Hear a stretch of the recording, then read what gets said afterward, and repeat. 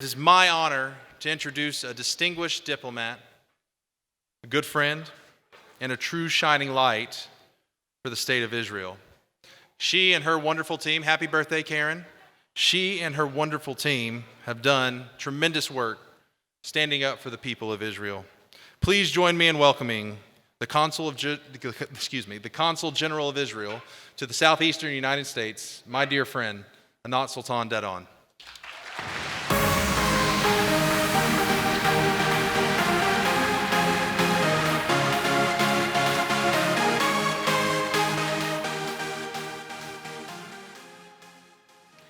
I am grateful and honored to be with you all among friends.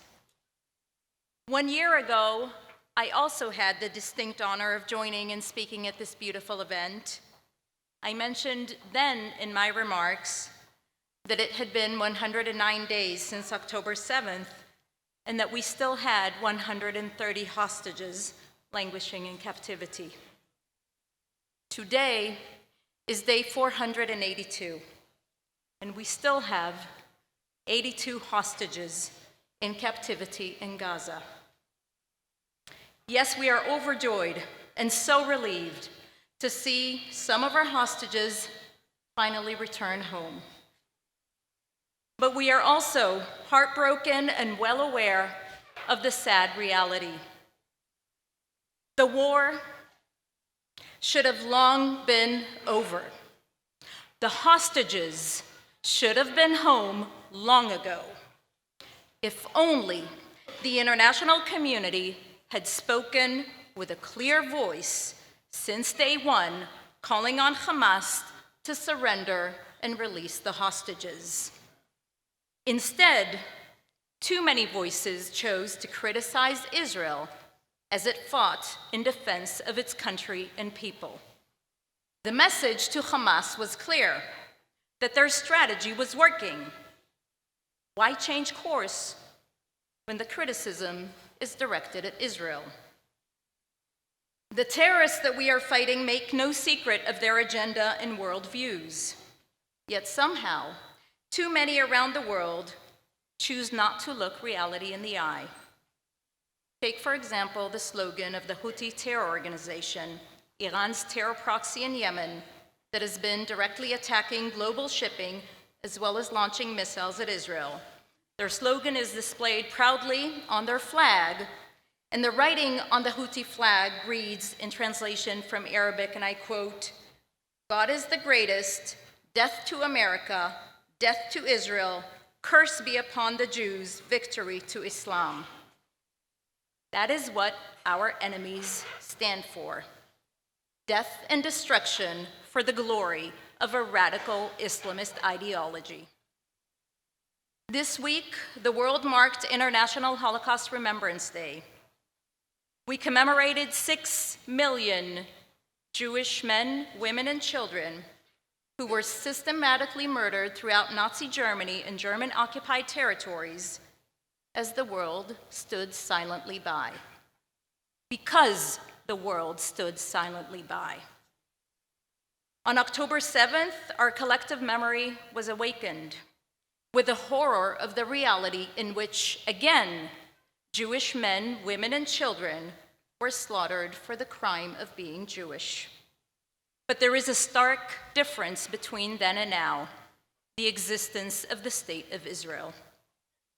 While we face genocidal enemies bent on destroying Israel and the Jewish people, we no longer have to rely on the protection of others.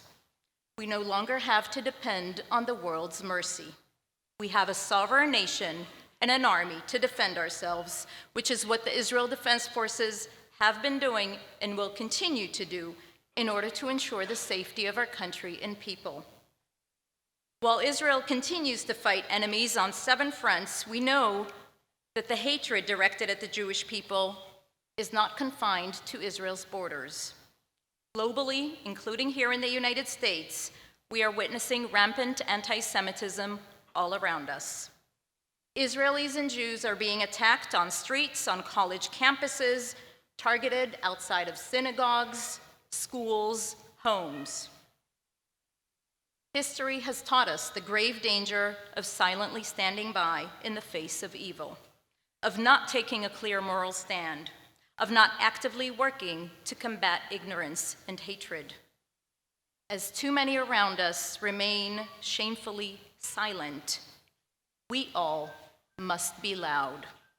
At a time when others are afraid to stand, we must stand strong.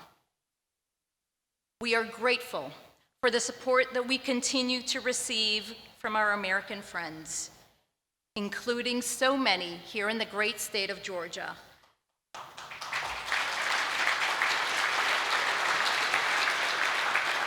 The state of Georgia has consistently stood by Israel and has stood unwavering for our common values, leading with moral clarity when too many are failing to do so.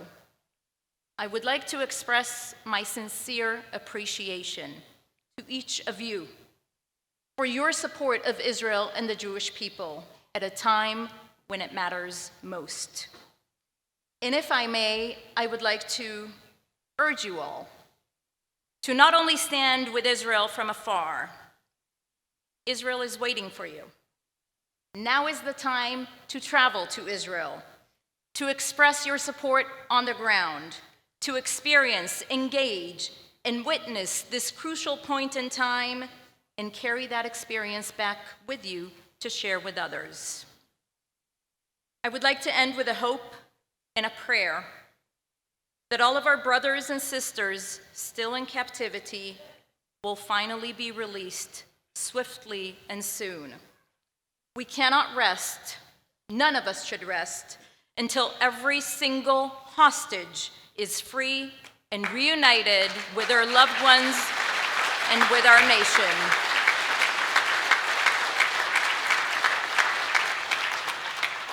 May God bless and protect them. May God bless Israel and America. And may God bless you all. Thank you.